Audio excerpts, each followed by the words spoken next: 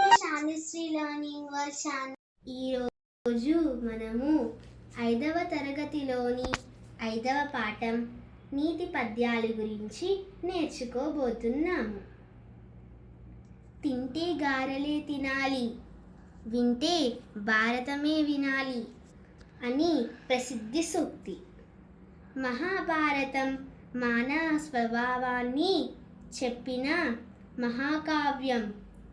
సంస్కృతంలో వేదవ్యాసుడు రాసిన భారతాన్ని నన్నయ్య, తిక్కన్న, ఎర్రన్నల తెలుగులోకి అనువాదం చేశారు. వీరిని కవిత్రయం అంటారు. మహాభారతంలో మన జీవితానికి పనికి వచ్చే ఎన్నో నీతులు ఉన్నాయి. అలాగే పోతన రాసిన భాగవతంలో కూడా ఇలాంటి పద్యాలు ఉన్నాయి. వాటిలో కొన్నింటిని చూద్దాం.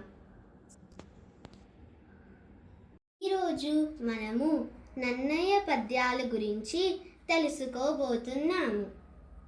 అలిగిన నలుగక యొగ్గులు, పలికిన మరి వినని అట్లు ప్రతివచనంబుల్, పలకక బన్నము వడియేడ, దులపక యున్నతడ చూవే ధర్మజ్ఞుడలన్.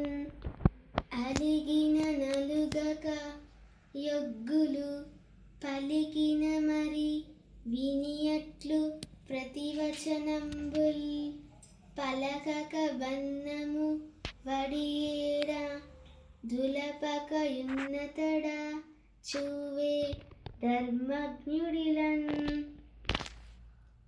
తాత్పర్యం: ఎవరైనా తనను కోపగించుకుంటే తాను వాళ్ళను కోపించక దూషిస్తే విననట్లుండి ఎదురు మాట్లాడక అవమానపడినా చింతించకుండా ఉన్నవాడే ధర్మం తెలిసినవాడు.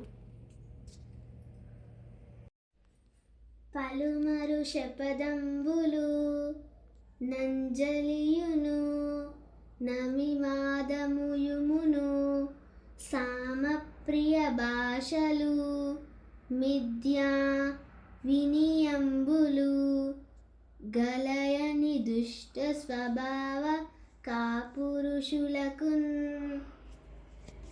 పలుమరు శపథంబులు నంజలియును, నభివాదయుమును, సామప్రియ భాషలు మిథ్యా వినయంబులు, గలియవి దుష్ట స్వభావ కాపురుషులకున్. తాత్పర్యం: మళ్ళీ మళ్ళీ ఒట్లు పెట్టుకోవడం, నమస్కారం చేయడం, ఎదుటివానికి నచ్చే మాటలు మాట్లాడటం, దొంగ వినయాలను ప్రదర్శించటం చెడ్డవాళ్ళ లక్షణం.